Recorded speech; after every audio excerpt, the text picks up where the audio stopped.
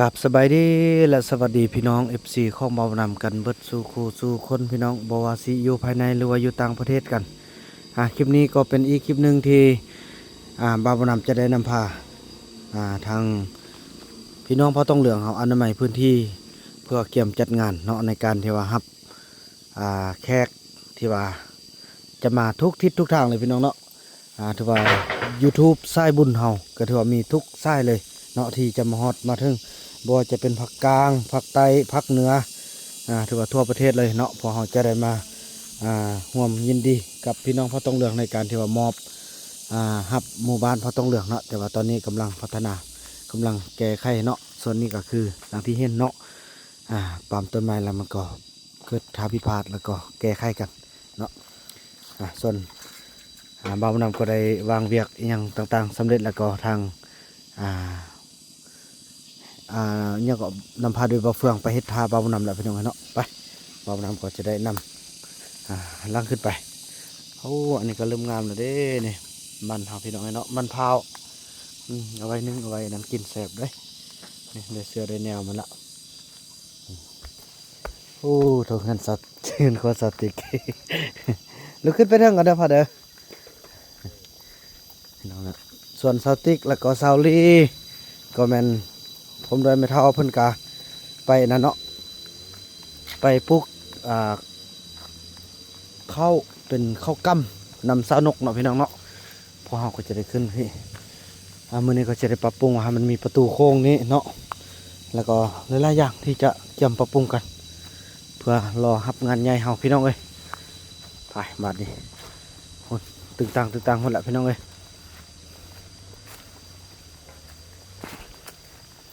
อันนี้ก็จะทำให้หมดนี่เป็นเส้นทางกลับเนาะของแขกที่จะมายามมาร่วมงานในมื้อนั้นนี่พี่น้องเอ้ย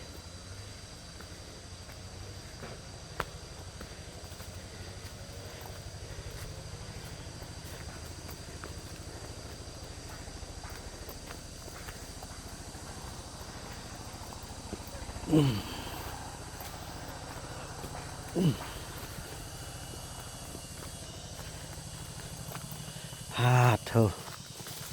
โอ้มันนี่เคยไล่กันมาช่วยนำพอเคยไล่นี่เป็นผู้แต่อยู่โคกินพี่น้องเนาะเพราะว่าก็บ่อยากเพิ่นมาดอกพอมันเป็นงานที่นานพุดหนักเนาะถ้าไก่สำเร็จเนาะคำน้อยยังช่วยเขาเนี่ย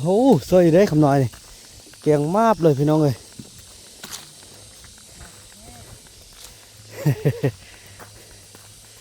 เฮ้ย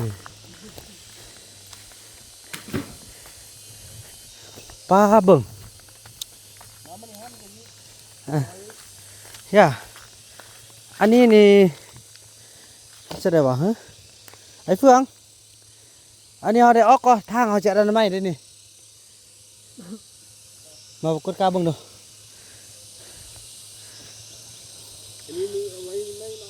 อันนี้เรานี่อันซ่องตัวเนี้ยซ่องอันนี้เขาจีก้นเฮ็ดประตูเข้านี่เฮ็ดประตูเข้าตัวนี้นี่แล้ววันนี้มีตัวนึงเขาจะไปฟังใส่ยืลุ่มหันใส่ต้นไม้ให้เราเขาเฮ็ดไปนะไปพอเฮ็ดแบบอันเขาเปิดท่องเที่ยวทำบินนั่นแหละมาเขาแก้ไขอันนี้ออกนี่อันนี้เส้นทางเนี่ยพอเขาจะได้อนามัยตึมไอ้บริเลาะเท่าเนาะสปอร์ตบุหัวนี่นะเรื่องไปเอาพางอันนี้มีไปนี่เรามีเข้าไปนี้นี่เขาเช็ดประตูอยู่นี่แต่เนี่ยฮะฟันมันก็ได้เรื่องไปเอาพางแม่นแหละบ้างมาเขายกตัวนี้ก่อนยกตัวนี้ออกก่อนบางเขาเฮ็ดเป็น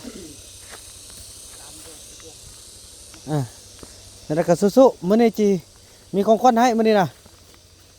ช่วยงานกันเนี่ยกกอันนี้ระวังอย่าถือเด้เขาเอามาปลูกก่อน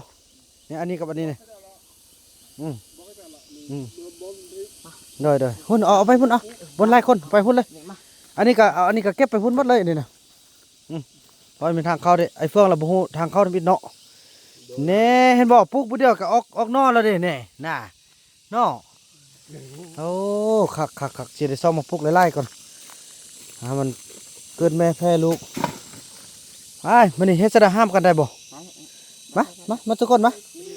ได้ เอาไปแต่ละส้น ได้นี่ นะ มันเป็นนักมาปุ๊บปัด นะสิช่วยกัน อ้าว เอาจับดีเลย ย้อนเบิ่งเดียวกันเด้อ จับพุ่นจับพุ่น โน่นเอาไปโน่น1 2 3 วาดไปเด้อ โน่นละบอกเด้อ ถึงมือถึงตีนเจ็บได้พี่น้องเอ้ยพี่น้องกลางต้น 1 2 เอาเด้อ นั่นแหละ นี่เอาไปใกล้ก่อน มาเอามาใกล้ นี่เอาไปใกล้ต้องเอาไปปานี่ไว้ เห็นบ่เนี่ยเราก็จะเอาไม้ตัวนี้เอาตัวนี้เลยบ่มาเนี่ยเอาเท่านี้พอเดี๋ยวเราก็สิก้นเฮ็ดประตูโค้งเลยนะเอาตัวนี้ไป บ่เอานั่นนัก นักวะ บ่เอาไม้ตัวนี้ยกไม้ตัวนี้ไกล อันนี้ขึ้น ไก ได้ ล แล้ว เขาอยู่ไปที่มัน แล้วเราก็จะไปพูดละไม้ตัวนี้เอาไว้นี่มันเป็นทางเข้าถึงนั่น ปีนบ่ก็ปานบ่เขายกทางนี้ปีนขึ้นงัดขึ้น เราทำไมเราค่อยสูดบ่ เอาตัวนี้ก่อนไม่เอาเด็กขับไปฮะนั่นไปเอาไปขับไปนี่ด้วยอันนี้พาบุญเกศใครมันเป็นยังอ่ะ เป็นประตูอยู่นี่คนนี้ เขาเนี่ยไกลพอไกลเห็นบ่ ใกล้ๆคนนี้ใกล้ๆเนี่ยไปสบายเท่าเนาะเดี๋ยวเฮามอทีฮอตมาถึงละเอานุกอันนั้นขึ้นต้องอย่าง่ายแน่มันเป็นมื่นให้เป็นอย่างนี้อ๋อต้ม แต่นุ่นยกอันนี้ไปพุ่นนุ่นด้วย โอ้ยงามเด้อ เอายกไปพุ่นนุ่นด้วยไปพุ่นไปตามไอ้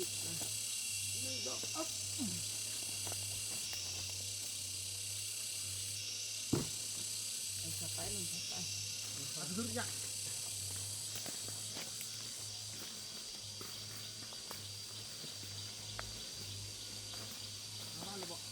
หนึ่งสอง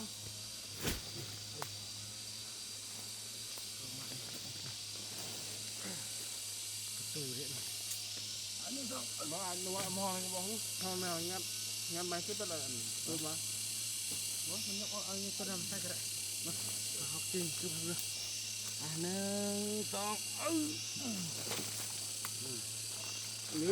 2 3นั่นแหละ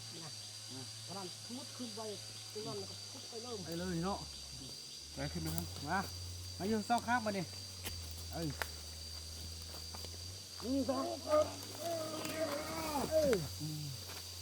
ป้าถือนักขนาดนี้เนาะมันดิ้นได้1 2 3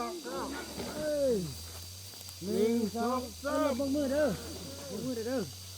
มาเด้อมาคิดบังมือเด้อ1 2 3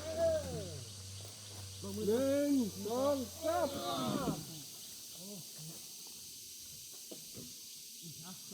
1 2 3 1 2 3มาเอาตัวนั้นมาไปดิเอาตัวนั้นมาใกล้ที่ขึ้นเลยกับพ่อแล้วไปดิ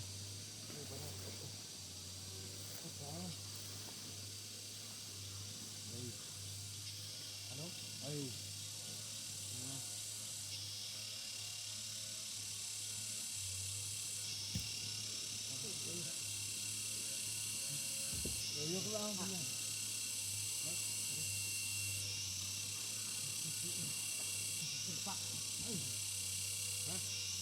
ada bunyi dah 1 2 3 1 2 3 ขึ้นมานี่ก่อนนะไอ้พวกนี้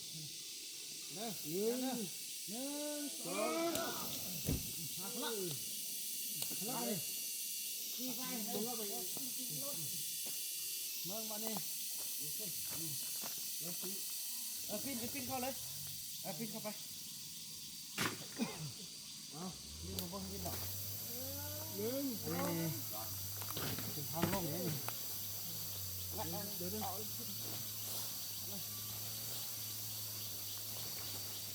งัดลงแค่บ่แค่เนี่ยทำนี่แหละหั่นทำบ่แค่หั่นล่ะก็ต้องปักจัด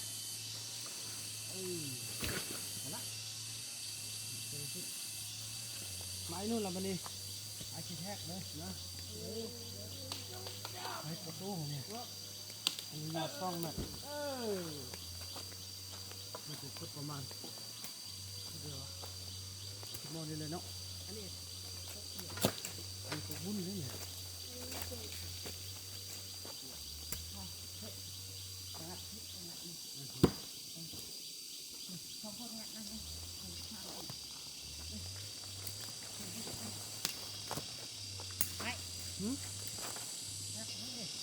มานั่นเลยพากันเมียไอ้ขี้แทกตัวนี้ไว้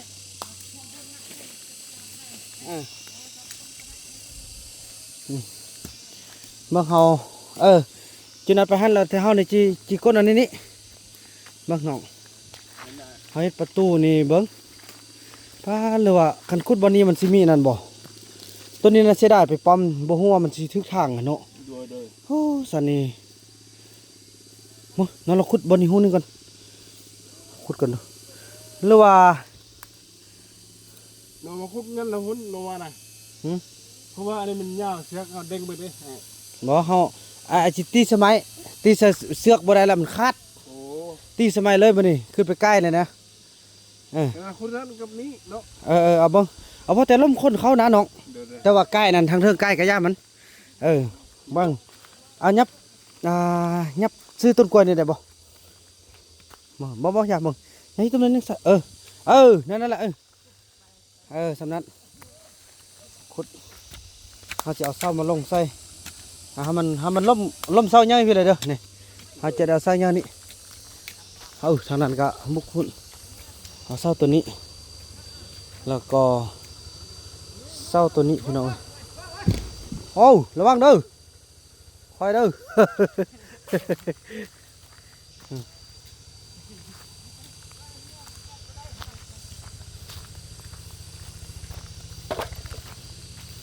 โอ้เอาไปโต๊ะกินข้าวให้ไอ้คำน้อยก็ได้น่ะเนาะบ่บ้านนั้นก่อนบ้านนั้นลืมเอาอันนั้นซอยเนาะเนี่ยไอ้ยูไปเปิ้ลเลยก็ได้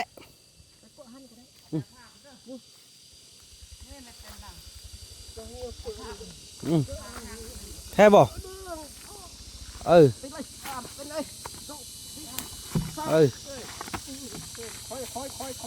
อย่าทึกต้มไฟเด้อต้มไฟบ่ตายเถอะก่อนเนี่ยมันกำลังปงเบิดเด้เฮ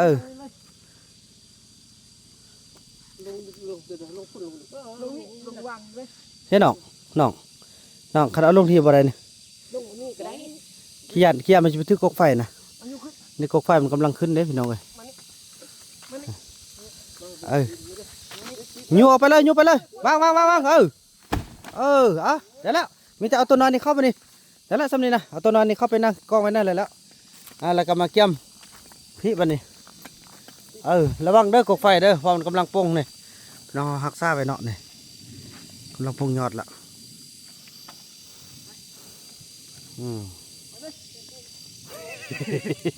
ให้ครับหน่อยสร้างจอบกับสร้างรายงานเขาจะมาหายบอกคาดกับบ่ได้เลยพี่น้องต้องว่าม้วนว่าอ่อนอันนี้เป็นประตูที่จะเข้าได้พี่น้องเนาะเป็นประตูเข้าของบ้านพระต้องเรืองเนาะตัวนี้ก็ถือว่าเป็นเสาเฮือนที่อยู่เฮือนของอันบาวบุญนำและเสาหนกพี่น้องเลยเอาไปว่าจะไปปลูกเฮือนเสาลีอยู่ทางห้วยบาพนกาบริปลูกสัตว์เอามาจัดการพื้นที่ตัวนี้พี่น้องมันสำเร็จจังสันพี่น้องเนาะพบกันต่อไปพี่น้องไอ้ส่งเอานำเลยมาพี่เลยเอามาห้อมพี่เลยจับมาพี่เลยโอ้คักเนาะนี่พี่น้องจะว่าเฮากะเอาไม้ตัวนั้นออกแล้วก็ดีใจละเพราะยานมันสิลมเนาะพี่น้องเนาะการเอาลงนั้นกับโบแมนอันอื่นเฮาก็ไปพัฒนาเฮือนเพราะต้องเรื่องพี่น้องไปใส่เฮือนเขาเจ้าละเที่ยวเนาะเห็นเนาะเอามาไว้เอามาไว้พี่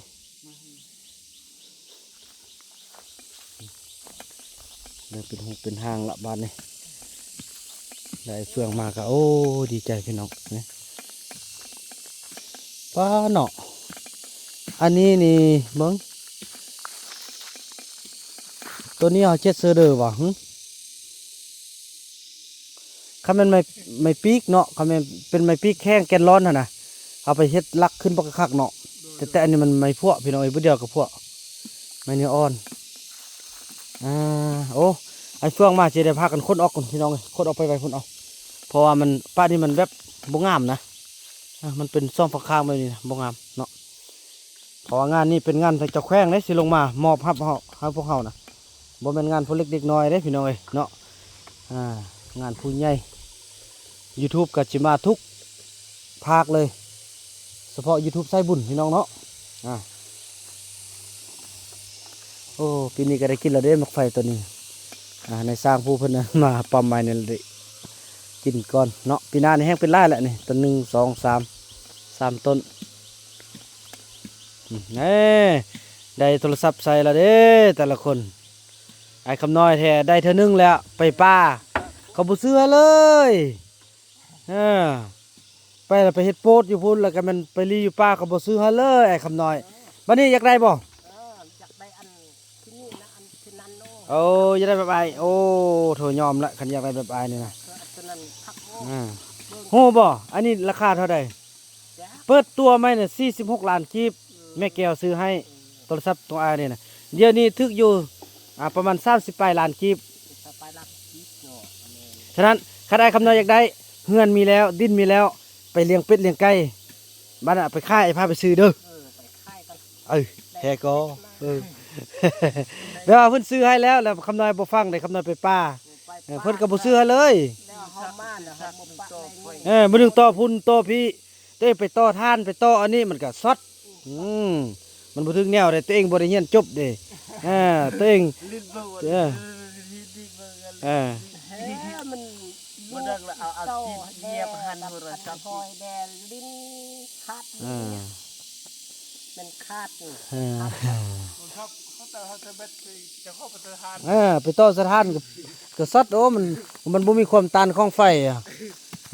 เป็นบทเรียนของเราแต่ว่าตอนนี้ไอ้เฟืองเพิ่นไปเอา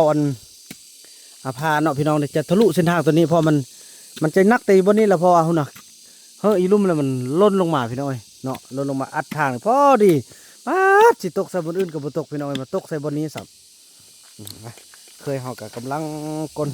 ให้มันล่มเลยน้องอดทนเนาะน้องเนาะสู้ๆเด้อดีใจไอ้บ่ปะบ่ทิมพวกน้องเด็ดขาดแต่ละคนมาอยู่นำไอ้คันเป็นคนดีไอ้บ่ให้บ่ให้ลุกขึ้นนะมาอยู่มานะคือน้องนี่ก็เดี๋ยวนี้ FC ก็หลายคนก็เป็นห่วงแต่ว่าเขาเดี๋ยวนี้หันตะกี้นี่นะซาลีเป็นนางเอกเดี๋ยวนี้หันส่วนนางทำตัวบ่ค่อยปานใดแต่ว่าเมื่อคืนนี้มาเข้าล้างถ้วยปักมันและไอ้ท่าว่าเป็นยังดีใจอันที่ว่าพวกบ่ได้นอนน้ำแล้วมันว่าสั่นนอนไผนอนมันแล้วมันว่าสั่นโอ้พี่น้องเอ้ยเนาะซาลีนี่แบบว่าเบิ่งอันก็เฮาก็ปล่อยให้เรานอนผู้เดียวก่อนเนาะเฮาบ่บังคับใจเขาแหละคือไอ้ว่าแหละแต่ว่าคันเฮาบังคับใจแม่นอยู่พ่อเมียกันน่ะแต่คันว่าเฮาคืนนี่คันเขาฟ้องนี่เฮาก็ผิดกฎหมายเด้เนาะว่าเรื่องอันตัวนี้น่ะมันมีกฎหมายออกเนาะพ่อเมียกันก็ย่าพี่น้องถ้าฝ่ายหนึงบ่ยินยอมเนาะมันก็จะได้มีการผิดกฎหมายได้ถือว่าเดี๋ยวนี้กฎหมายอยู่ลาวเฮานี่เข้าคุกเท่าใด5 ปีก็ปะไม่ไปไม่จักล้านก็เว้ย10 ล้านบ่เขาคุก5 ปีอยู่ในกฎหมายของลาวนะคันว่าเฮ็ดตามกฎหมายได้ฉะนั้นน้องบ่ต้องไปบังคับบ่ต้องคืนเราเด้ออันนี้แหละสิจัดการให้ทุกอย่างคอยลมเบิ่งใจของเราเราอดบ่ได้ดนเนาะแต่เราจะออกข้างนอกไอ้บ่ออกได้ออกไปนี่ไอ้ก็สิเบิ่งผู้ใดถือบ่ได้ผิดนะก็สมมุติเราออกไปนอกสิสมมุติว่าคมให้บ่ก็ห้านเราไปลิ้นเบ้าสิไอ้จับได้ไอ้ก็ปั๊บมือกันนี่พอเฮาถูกต่อตามกฎหมายแล้วเด้นั้นน้องคือกันคันน้องออกไปเอาน้องไปลิ้นเส้นลิ้นเศร้าไอ้จะจับได้คือกันนั่นแหละพอไอ้เป็นกลางอยู่แล้วน้องเอ้ยไอ้บ่พร้อมเอาพุ่นเอาพี่เนาะจังซั่นแหละพี่น้องเอ้ยโหนไอ้เฟืองก็มาแล้วโอ้ไอ้คุณก็มาแล้วไอ้เฟืองไอ้คุณเอาพามาละ ต่อไปเราก็จะได้ยกนี่ขึ้นพี่น้องเอ้ยเนาะใส่ประตูโค้งเราถือว่าจังสั้นเนี่ยพี่น้องเอ้ยเนาะถือว่าคลิปนี้บ่าวบุญนำจะขออนุญาตจบคลิปกันเพียงสำนี้ก่อนเนาะแล้วก็พบกันใหม่ในคลิปต่อไปเด้อคลิปนี้บ่าวบุญนำขอกล่าวคำว่าสบายดี